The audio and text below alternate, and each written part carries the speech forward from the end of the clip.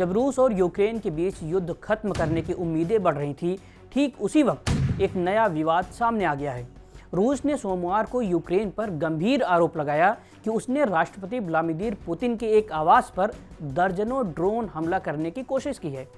ये आवास उत्तर पश्चिमी रूस के नोगोरोड क्षेत्र में स्थित है, जिसे वाल्डाई रेजिडेंस भी कहा जाता है। ये जगह झील वाल्डाई के किनारे पर है और भारी सुरक्षा से घिरी हुई है। रूसी विदेश मंत्री सर्गेई लावरोव ने कहा कि रविवार देर रात से सोमवार सुबह के बीच यूक्रेन ने 91 लंबी दूरी वाले ड्रोन भेजे, लेकिन रूसी वायु रक्षा प्रणाली ने सभी को मार गिराया। कोई नुकसान या हताहत नहीं हुआ।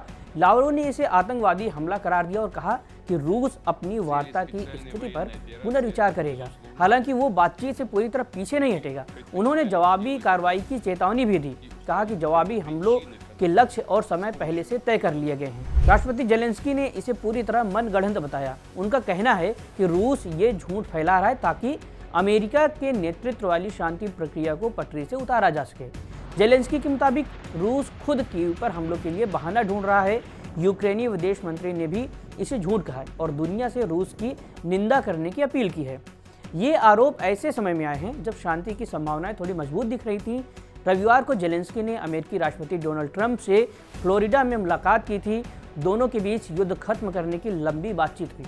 यूक्रेन ने अमेरिका की प्रस्तावित शांति योजना के ज्यादातर हिस्सों पर सहमति जताई है, जिसमें युद्ध के बाद 15 साल की सुरक्षा गारंटी भी शामिल है। हालांकि जेलेंस्की इसे 50 साल तक चाहते हैं, लेकिन क्षेत्रीय मुद्दे अब भी अनसुलझे हैं। रूस कब्जाए हुए इलाकों को छोड़ने को तैयार नहीं, खासकर डोनबास और जापोरिजिया क्षेत्र।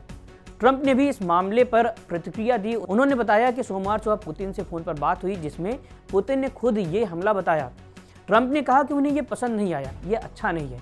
क्रेमलिन के मुताबिक ट्रंप इस खबर से हैरान और नाराज हुए। हालांकि बाद में ट्रंप ने यह भी कहा कि शायद हमला हुआ ही ना हो, लेकिन पुतिन ने उन्हें बताया तो वो मान रहे हैं। रूस ने कोई सबूत नहीं पेश किया है। कई अंतर्राष्ट्रीय मीडिया रिपोर्ट्स में इसे संदिग्ध बताया गया है, क्योंकि आमतौर पर ड्रोन हमलों की घोषणा रक्षा मंत्रालय करता है, न कि विदेश मंत्री। विशेषज्ञों का मानना है कि रूस शांति वार्ता में अपनी मजबूत स्थिति का फायदा उठाना चाहता है, क्योंकि वो मैदान में आगे बढ़ रहा है। इससे पहले रविवार को ट्रंप और जेलेंस्की की मुलाकात के बाद दोनों ने उम्मीद जताई थी कि शांति समझौता नजदीक है। ट्रंप ने कहा कि दोनों देश चाहते हैं कि युद्ध खत्म हो, लेकिन क्षेत्रीय विवाद अब भी बड़ा रोड़ा है। रूस डोनबास पर पूरा नियंत्रण मांग रहा है, जबकि यूक्रेन इसे छोड़ने को तैयार नहीं। कुल मिलाकर ये नया विवाद शांति प्रयासों को कमजोर कर सकता है। दोनों पक्षों के बीच अविश्वास गहरा रहा है, जबकि दुनिया उम्मीद लगाए बैठी है कि 4 साल पुराना ये युद्ध जल्द खत्म हो।